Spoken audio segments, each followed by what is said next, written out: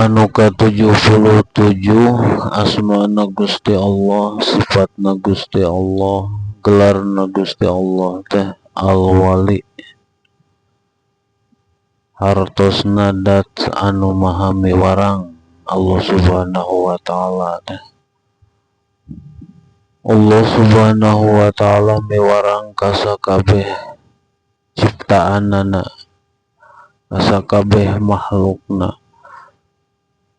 Sakabeh makhluk anu aya di alam dunya jeung di luar alam dunya kabeh ngagaduhan beban ti Allah Subhanahu wa taala, kedah taat turut ka Allah Subhanahu wa taala, dipiwarang kabeh oge ku Allah Subhanahu wa taala. Timimiti anu ku urang ya kudu diyakini, kudu diimani, kolam, Lauh Mahfud, aras, alam malakut, alam jabarut, alam lahut, jeung alam-alam nu lainna. Eta teh aya pangeusina, kabeh dipiwarang ku Allah Subhanahu wa taala, kedah taat kana naon-naon anu diparentahkeun ku Allah Subhanahu wa taala. Malaikat kabeh dipiwarang ku Allah Subhanahu wa taala. Malaikat Jibril, Mikail, Israfil, Ajrail kabeh dipiwarang ku Allah Subhanahu wa taala. Malaikat aya malaikat anu dipiwarang nanggeuy bumi, aya malaikat anu ngadodorong matahari, ngatur perjalanan matahari, bintang,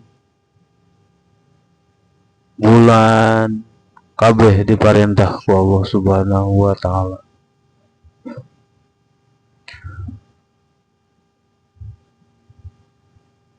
Allah maha miwarang.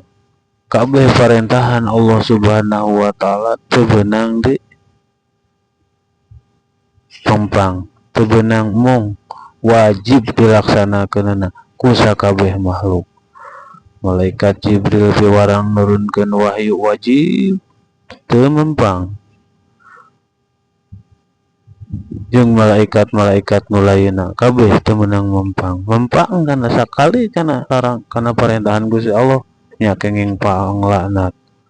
Contoh iblis tita sujud ka Kanjeng Nabi Adam teu ngawaro kan dilaknat ku Allah Subhanahu wa taala. Anu sanesna oge sami ti kalangan makhluk lamun teu taat kana parentahan Gusti Allah nya pasti dilaknat ku Gusti Allah.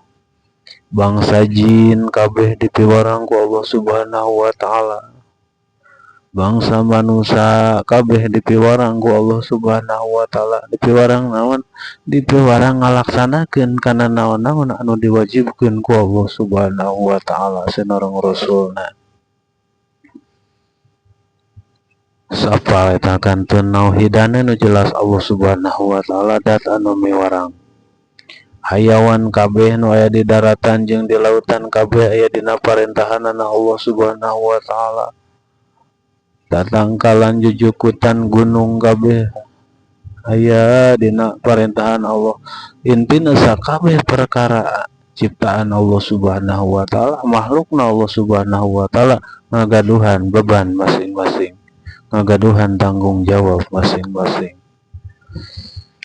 Ayeuna urang ku Allah Subhanahu wa taala kateranganna jelas dina Al-Qur'an sareng hadis Rasul, diwajibkeun salat anu 5 waktu, henteu salat sakali siksa, diancaukeun keur jalma nu teu ngalaksanakeun salat sakali 80 tahun paling saeutik di neraka jahanam.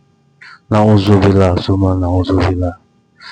Komo lamun 2 kali 3 kali komo nepi ka ratusan kali, nauzubillah. Mudah-mudahan urang sadayana kadoa ka Allah Subhanahu wa taala sing tiasa ngalaksanakeun kana naon-naon anu diparentahkeun ku Allah Subhanahu wa taala.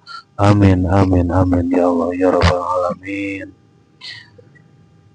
Cekapkeun heula sakitu, kieu disambung deui wallahu a'lam bishawab.